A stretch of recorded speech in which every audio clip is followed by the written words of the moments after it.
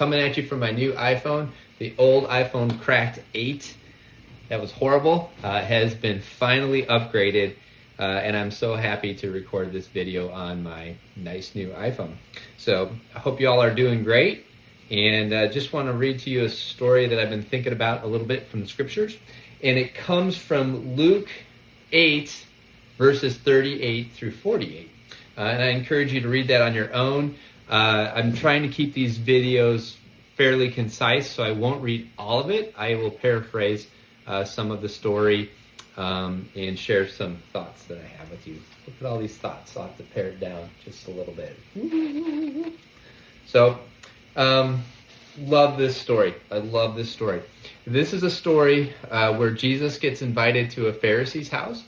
And after he goes there, he is chilling out, hanging out with the Pharisees. And during this time, a woman of bad reputation, she was known in the community to be a sinner, is what the text says. We can speculate on what we think that means, but she's someone who's known to have been a person down and out on her luck. And she serves Jesus during this time. She doesn't serve him food, but she actually washes her feet with her hair, cries. And during that time, people had really stinky, dirty feet when they'd walk around. So a sign of respect when someone would come into your home is you or your servant would wash their feet to make their feet clean, make them feel nice. You'd also greet them with a kiss. That would be kind of a friendly hello. And I know that sounds weird in our day and age, but think of it like a French kiss where you're going, mwah, mwah, like a little polite thing. They would also then sometimes give some perfume. They didn't take as many showers or baths as we do now, and they would give them some nice smelling perfume or cologne for their guests so that they would feel amazing, they'd feel clean, and they'd be ready to rock and roll. So those are things that people would commonly do. And in this story, Jesus gets invited to a big shot's house. There's this song by Billy Joel I think about when I was preparing for this. So you think you're a big shot, don't you? Right? And it's this big kind of like jamming song, and he talks about how this person always has to have the last word, drink the Dom Perignon and drive in the limousines. You have it all going. We've all been around those people. And for sure in this time, one of the rock stars of their day and age would be a Pharisee.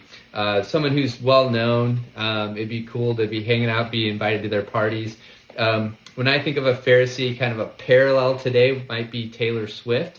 Or Barstool Big Cat is who I thought about. Barstool's at my house, it'd be a big deal. Or if I got invited to one of his parties, it'd be a big deal. Same thing with Taylor Swift. She's a worldwide star, but if you got invited to Taylor Swift's house, it would be amazing. And this is the type of party that Jesus gets invited to in a way. I'm trying to just draw a broad parallel here. But Jesus gets invited to a party at the Pharisee's house. Really, they're having dinner and they're hanging out with some of the key people. And the sinful woman, the parallel for me would be like your Uber driver or a janitor at a hotel. Or even, when you walk down the street and you run across beggars that are asking for money. These are people who would be down and out, and a lot of times as you're living your life, you just don't pay a lot of attention to everyone. And this story focuses on these two people. It actually makes a very contrasting setup here. So let me just start with the story. So this is in Luke chapter 7, in verse 36. And one of the Pharisees asked him to eat with him. And he went into the Pharisee's house and reclined at the table. And behold, a woman of the city, who was a sinner, when she learned that he was reclining at the table in the Pharisee's house, brought an alabaster flask of ointment. And standing behind him at his feet, weeping, she began to wet his feet with her tears, and wiped them with the hair on her head, and kissed his feet, and anointed them with ointment. Now the Pharisee who had invited him saw this. And he said to himself, if this man were a prophet, he would have known what sort of woman this is, and who is touching him. For she is a sinner. And Jesus answered, saying, Simon, I have something to say to you. And he answered, say it, teacher. Now this is where Jesus does a little parable, teaching of a story through fictional characters. And I'm going to skip this part since I'll come back to it in a minute. And turning to the woman, he said to Simon, Do you see this woman? I entered your house. You gave me no water for my feet, but she has wet my feet with her tears and wiped them with her hair. You gave me no kiss, but from the time I came in, she has not ceased to kiss my feet. And you did not anoint my head with oil, but she anointed my feet with ointment. Therefore I tell you, her sins, which are many, are forgiven, for she loved much. But he who is forgiven little loves little. And he said to her, your sins are forgiven. Let those who are at the table with him begin to say among themselves, who is this who even forgives sins? And he said to this woman, your faith has saved you. Go in peace. Love this story. I want to highlight I have a couple thoughts, parting thoughts to kind of give you with this story. Compare her and him, right? She was humble and rooted. He was self-important, quick to articulate other people's shortcomings.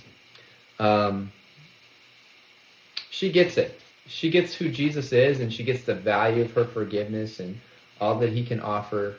And she shows it with a humble posture and genuinely loving Jesus and doing everything that she can. She gave everything to Jesus that she could, from her emotional thankfulness to just any sort of thing of value she had in her life. She gave it to him willingly. And he was a step behind. He didn't understand the forgiveness of the Lord. He was focused on how other people thought about him. And in this story, we don't really know how it ends for this guy, but he's definitely taking people for granted. He's definitely living backhanded put downs. Another thing in our society is mansplaining, right? Where we over explain something that is simple, and yeah, we all get it, right? Nobody enjoys mansplaining. No one loves backhanded compliments that basically kind of say something nice but makes people feel really small and inferior. And so I've seen that for sure on the tennis courts. But I think through this story, it ends. I'm going to wrap it up here with the parable that Jesus gives, because I think it's amazing. And this is the part that I skipped over, so I'm going to come back to right now. And this is the parable, verse 41. A certain moneylender had two debtors, one who owed 500 denarii and the other 50. When they could not pay, he canceled the debt of both. Now, which one of them will love him more? This is how Jesus answers Simon when he says, "Do you know what this woman's like? Do you know her reputation out there? You're spending your time with this woman who is known to be a horrible person, doesn't have her life put together." And Jesus gives that little story of this person who forgives two debtors. One debtor owes $100,000. The other debtor owes $1,000. Both are canceled. Who's going to love more? It's a $100,000 debtor. And this story reminds me of all the horrible things I've done in my life. It reminds me of the sins where I just came up short and I did what I wanted to do first. It reminds me of this. And when I think about that, it reminds me of how much I've been given when Christ canceled my sins that were against me.